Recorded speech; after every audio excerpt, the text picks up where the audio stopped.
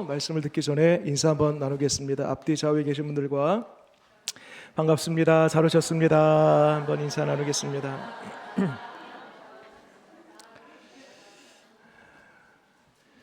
한 번 더 인사 나누겠습니다. 옆에 계신 분에게 집사님, 권사님, 장로님 이렇게 부르시면서 덕분입니다. 이렇게 한번 이렇게 인사하겠습니다. 덕분입니다.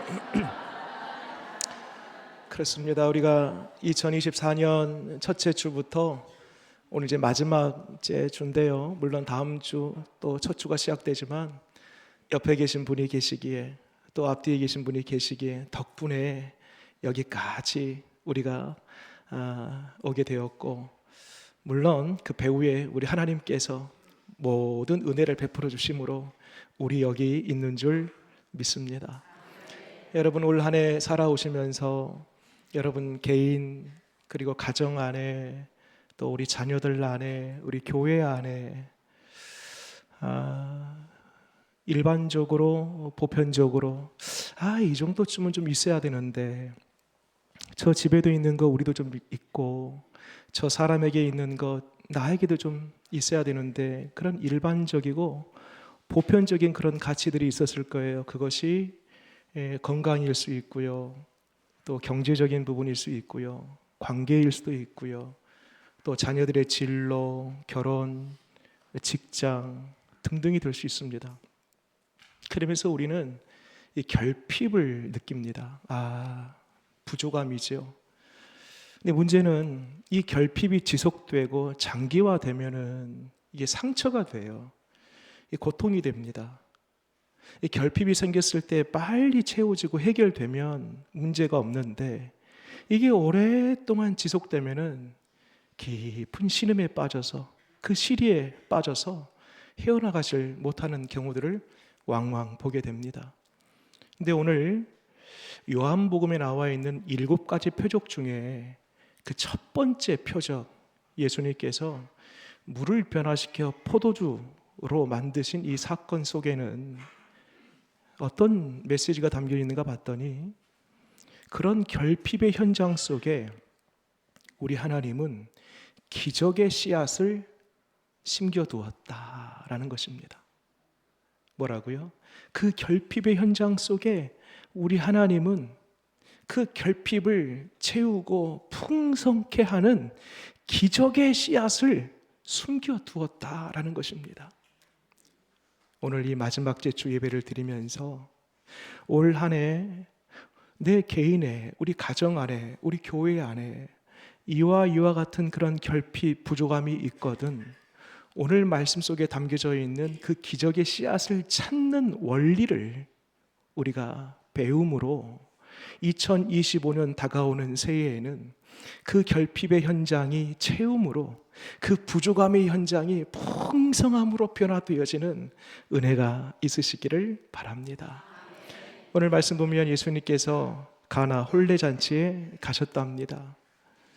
무슨 일이 생겼는가 봤더니 포도주가 떨어지고 말았습니다. 여러분, 여기서 포도주가 떨어졌다는 것은 많은 음식들, 여러 음료들 중에 한 가지가 떨어졌다, 다른 것으로 메꿀 수 있지 않는가, 그 정도의 차원이 아니고요. 여러분, 잔치에 있어서 이 유대의 결혼 예식의 그 음료의 중심, 음식의 중심은요, 이 포도주입니다. 이 포도주가 떨어졌다는 것은 잔치가 중단될 위기에 놓였다는 것을 가리킵니다. 포도주가 떨어졌어요? 그러면 잔치가 중단되어 동시에 연회장, 이 잔치를 배설한 주인은요, 불명예스럽게 되고요. 그리고 그 혼례잔치의 주인공, 이 신랑과 신부는요, 깊은 상처를 받을 수 있습니다. 그러한 이 위태로운 상황 속에서 한 사람 보니까요, 마리아라는 한 여인이 그 결핍의 현장 속에 숨겨놓은 기적의 씨앗을 찾으려고 합니다. 여러분, 실은 이 마리아 같은 경우는요, 그 가옥의 구조를 보게 되면 바로 여자들이 기숙하는 것이 이 포도주 저장고 바로 옆에 붙어 있어요. 그래서 가장 먼저 알았습니다. 그리고 사실 마리아는요, 이 잔치에 손님으로 초대됐거든요. 주인도 아니고요, 더더욱이나 주인공은 아닙니다. 신랑 신부가 아니지요. 객입니다. 손님이란 말이에요. 그러면 포도주가 떨어졌어요. 나와 아무런 상관이 없는 일이거든요. 그럼에도 불구하고 오늘 마리아는 그 결핍을 자기의 결핍으로, 그 문제를 자기의 문제로 끌어안습니다. 여러분, 여기 아주 중요한 기적의 씨앗을 찾는 원리가 담겨져 있습니다. 그렇습니다. 책임의식입니다. 아무런 나와 상관없는 일이라 할지라도 그 문제, 저 사람의 일, 저 가정의 일, 저 교회의 일, 나와는 아무런 관계가 없다 할지라도 그 결핍을 나의 것으로 끌어안는 그 순간에 하나님께서 심어놓은 기적의 씨앗은 발아되기 시작하는 것입니다. 여러분, 비단 어떤 교회 안에서도요, 문제가 일어나요. 결핍이 보여요. 그러면 아니, 진작 좀 준비하지 그랬냐, 미리미리 대비하지 그랬냐 라고 지적하고 비판하는 것은요, 쉬운 거예요. 누구나 다 합니다. 그런데 조용히, 중요한 게 조용히예요. 조용히, 나와는 상관없는 일이지만 그 문제를 내 것으로 인식하고 끌어안고 그것을 품고 책임의식을 가지면 하나님 반드시 그 속에 기적의 역사를 나타나게 하실 줄 믿습니다. 예수님께서 요한복음 6장을 보면 그 유명한 보리떡 5개와 물고기 2마리로 5,000명을 먹이고, 남자만 5,000명이니까요 여자 아이들 포함하면 10,000명 이상이 될 거예요. 그리고 12방울이를 남기는 이야기가 있습니다. 우리 잘 알고 있는 이야기입니다. 이때 예수님께서 그 기적을 행하시기 전에 제자들에게 중요한 말씀을 하나를 딱 던져요. 뭐라고 하는가 봤더니 너희가 먹을 것을 주라라는 거예요. 말이 안 되죠. 지금 10,000명 이상의 사람들이 있는데 너희가 지금 12제자에게 너희가 먹을 것을 주라, 계산이 안 되는 거죠. 불가능한 일입니다. 그러면서도 예수님께서 너희가 먹을 것을 주라라는 것은 무슨 의미예요?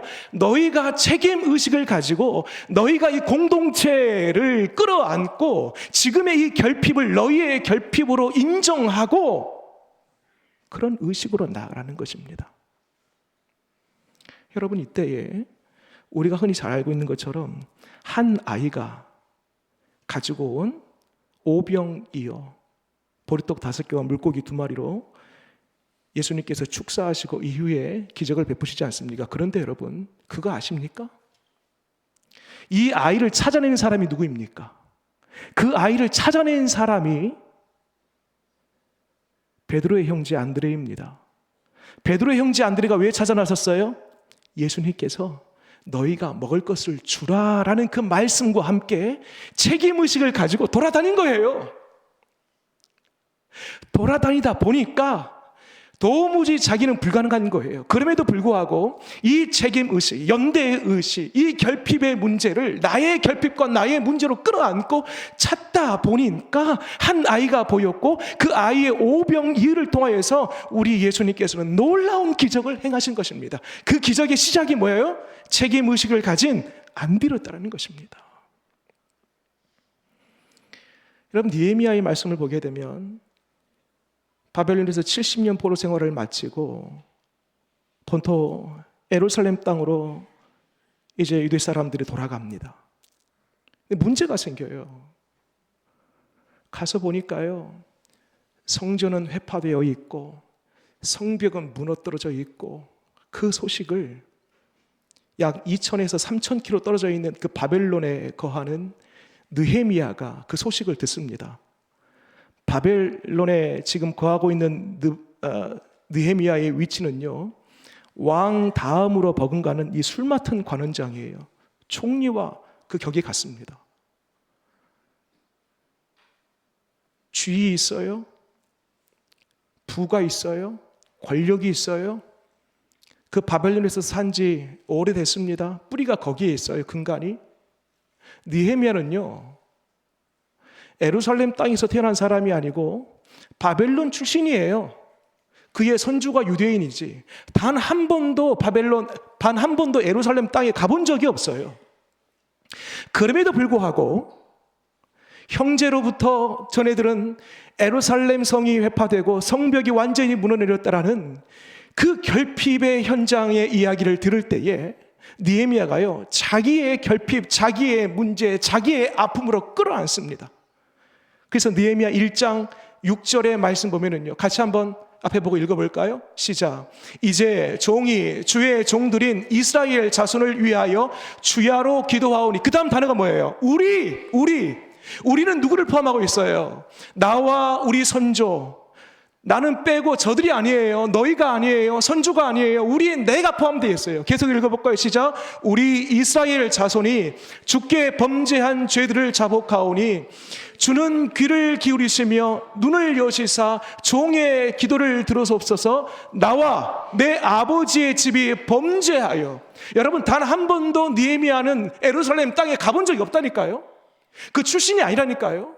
그럼에도 불구하고 조상들의 죄를 나의 죄로, 지금 성전이 무너지고 벽이 허물어진 그 결핍을 나의 결핍으로 끌어안았다니까요. 그래서 우리 놀랍게도요, 이 책임의식을 가진 느헤미야가요, 당시 느부갓네살 왕이에요. 바빌론의 왕이 그에게 청하여서 모든 성벽을 재건할 재료들을 다 공급받고 수일을 지나서 마침내 예루살렘에 당도하게 되고 단 52일 만에 그 성벽을 완공시킵니다. 그 시작이 뭐였어요? 주님, 내 탓입니다. 주님, 그 결핍이 나의 결핍입니다. 그 문제가 나의 문제입니다. 끌어안는 그 책임의식이 마침내 놀라운 성벽 완공의 역사를 만들어 내었다는 사실입니다. 여러분, 바라기는 교회 공동체마다 결핍이 없는 공동체가 없어요. 다 부족합니다. 실수투성이입니다. 연약함이 많아요. 지적하고 비판하고 원망 섞인 이야기를 하는 것은요, 누구나 다 하는 이야기입니다. 쉬운 거예요. 그러나 여러분, 바라기는 그 부족함, 그 결핍이 나의 문제다라고 그것을 끌어안을 때 우리 하나님은 반드시 기적의 씨앗을 찾게 하시고 그 기적의 씨앗을 통하여 발화시키는 놀라운 은혜를 베풀어 주실 줄 믿으시기 바랍니다. 두 번째로, 결핍이 생길 때에 첫 번째로는 책임의식을 가지라고 했다라면, 두 번째로는 누구에게 그 결핍을 가지고 갈 것인가. 오늘 마리아가 참 잘한 게 있습니다. 이 잔치가 중단될 위기에 처해 있는 이 포도주가 떨어진 이 결핍의 문제를 가지고 누구에게 찾아갔어요? 예수님께 찾아갔습니다. 여러분, 마리아는요, 이미 알고 있었어요. 우리 예수님이 누구신지. 우리 예수님은 무에서 유를 창조하시는 창조주다. 전능하신 하나님이시다. 모든 것을 다 하실 수 있는, 이깟 지금 포도주 떨어졌다고 해서 이거 얼마든지 채울 수 있는 분이라는 것을 마리아는 잘 알고 있었습니다. 네, 여러분, 이때에 저를 보세요. 뜻밖의 예수님께서 이런 말씀을 하세요. 여자여, 그게 나와 무슨 상관이 있습니까?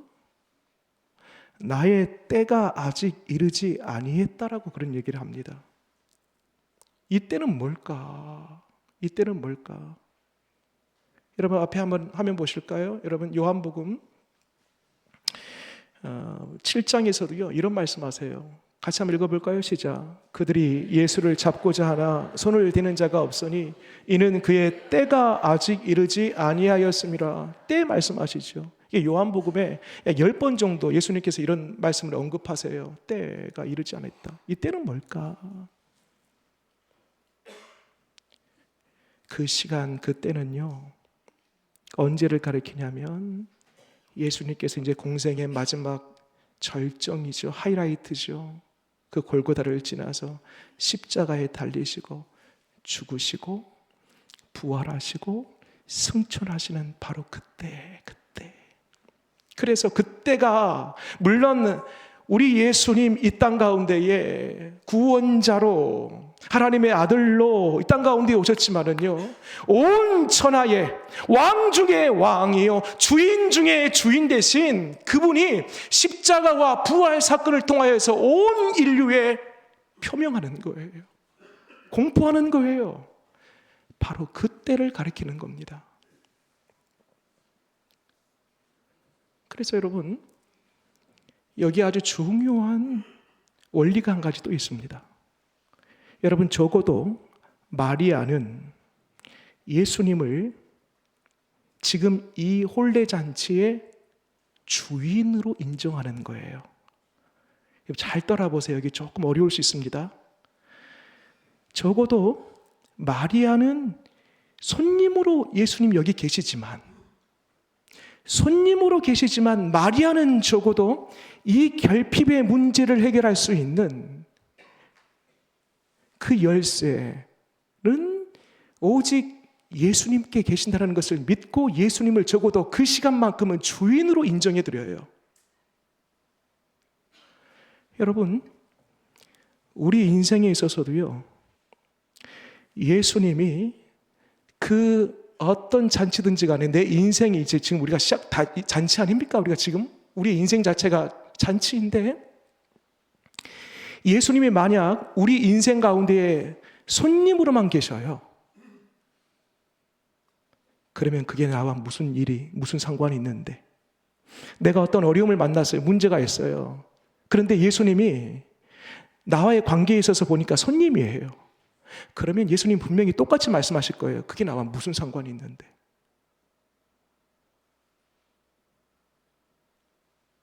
그런데 지금 마리아는 적어도 그 순간만큼은 이 결핍의 문제 가운데 문제를 해결할 수 있는 주인은 연회장이 아니고 주인공인 신랑도 신부도 아니고 적어도 우리 예수님이 이 잔치의 주인으로 인정할 때에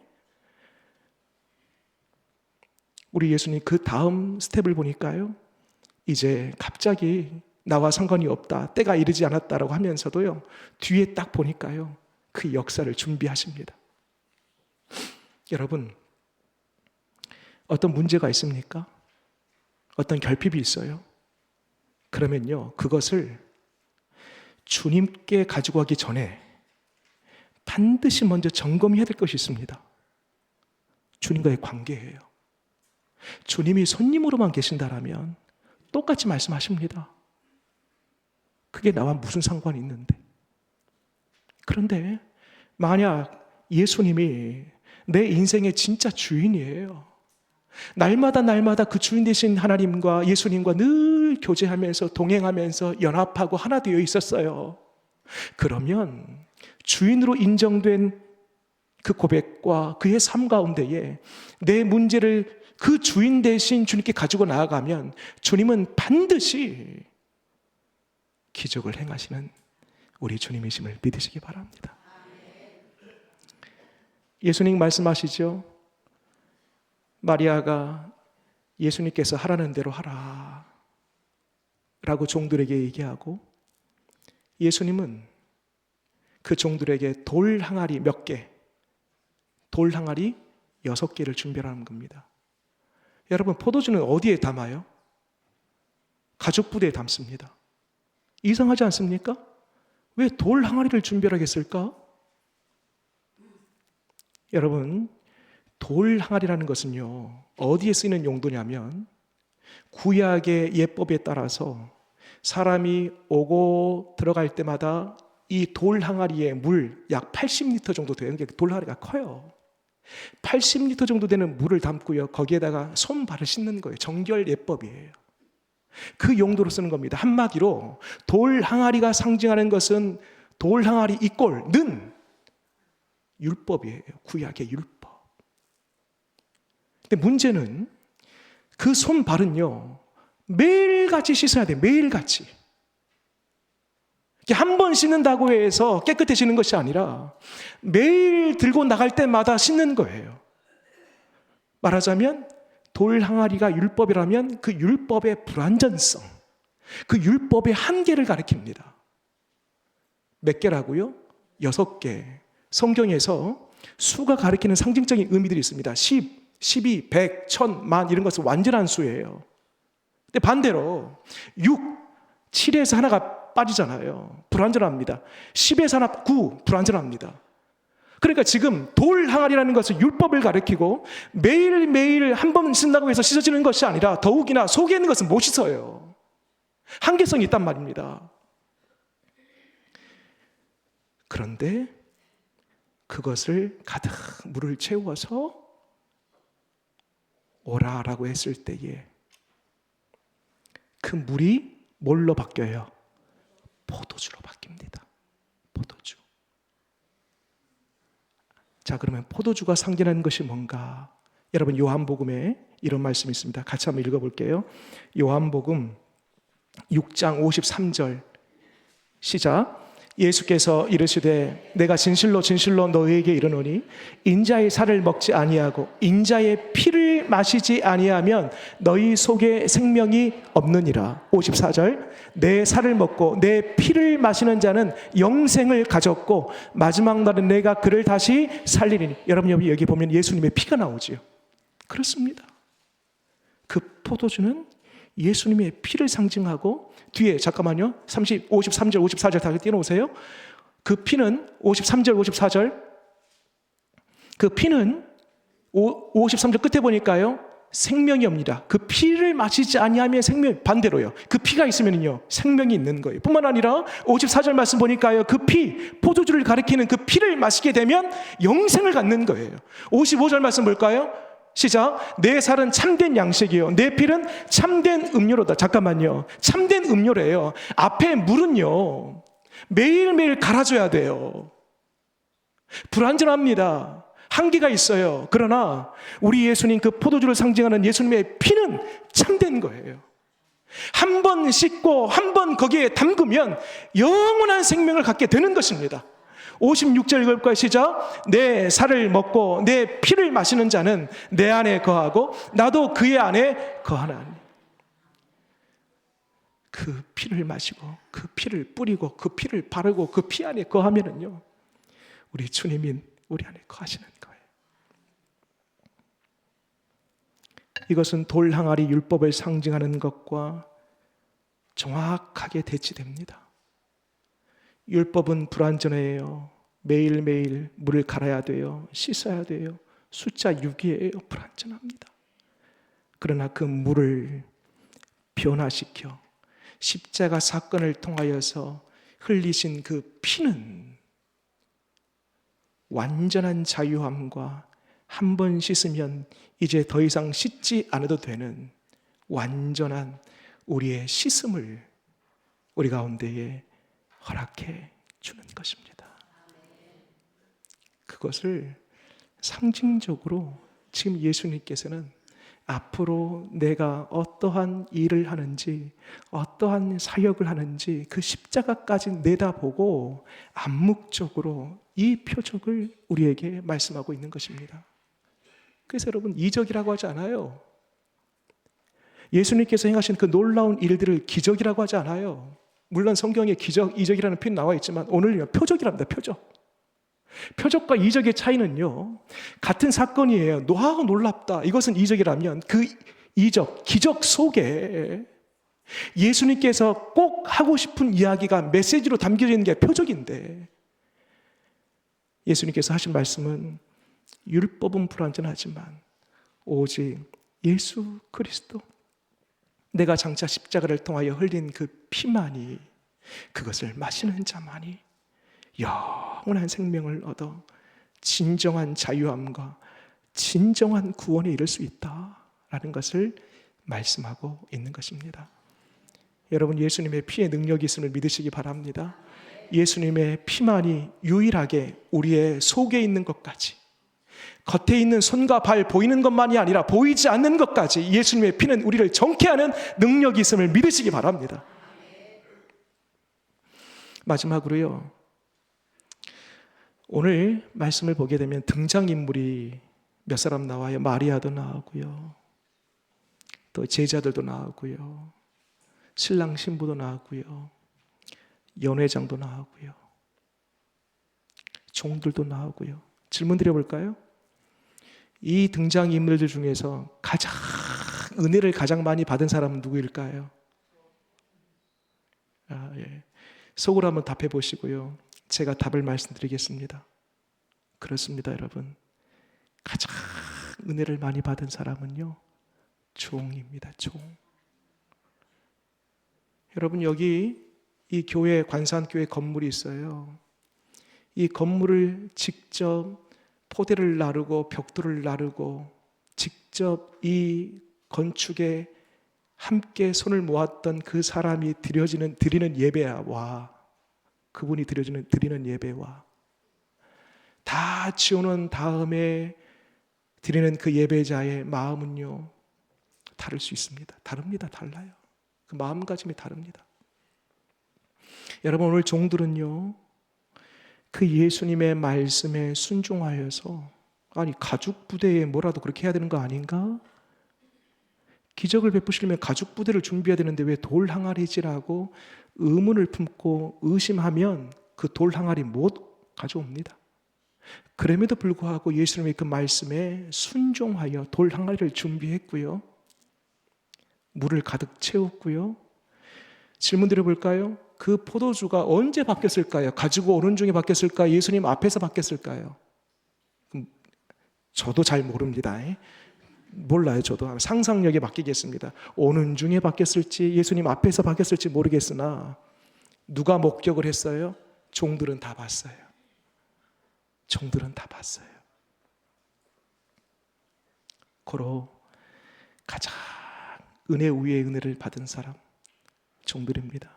그렇습니다, 여러분. 하나님의 말씀이 오늘 오전에도 선포되고 오늘 오후에도 또 새벽으로 또 다음 주일 우리는 늘 하나님의 말씀을 듣고 읽고 그렇게 살아갑니다. 여러분, 진짜 은혜를 경험한 사람은 누군지 아십니까? 그 말씀을 따라본 사람, 말씀대로 살아본 사람, 그 말씀에 순복해 본 사람, 그 말씀을 그렇게 한번 해보겠습니다 하면서 발을 떼본 바로 그 사람이 은혜 위에 은혜를 받는 것입니다. 말씀을 정리하겠습니다. 여러분, 오늘 물이 변하여 포도주 된 사건의 이야기는 웬만큼 신앙생활 하신 분들은 뭐 한두 번 들었겠습니까마는 오늘 제가 좀 새로운 각도로 오늘 말씀을 해석해 드렸습니다. 단지 예수님께서 기적을 베푸셨다, 하나님, 예수님 참 놀라운 분이시다, 능력이 하나님이시다, 이 정도 차원이 아니고 우리의 결핍의 문제가 생겼을 때에 책임감을 가지고 내 것이다, 그리고 그 결핍의 문제는 누구에게 내가 풀 것이 아니라 어떤 특정한 사람이 아니라 우리 예수님께 가지고 나아가고, 그리고 마침내 그 예수님 말씀하실 때 내가 순종의 걸음을 뗄 때에 우리 주님은 반드시 결핍 속에 숨겨놓으신 기적의 씨앗을 찾게 하시고 그 기적의 씨앗을 발화시켜 꽃을 피우고 마침내 놀라운 채움의 열매로, 풍성한 열매로 우리 삶 가운데 그리 해 주실 줄 믿으시기 바랍니다.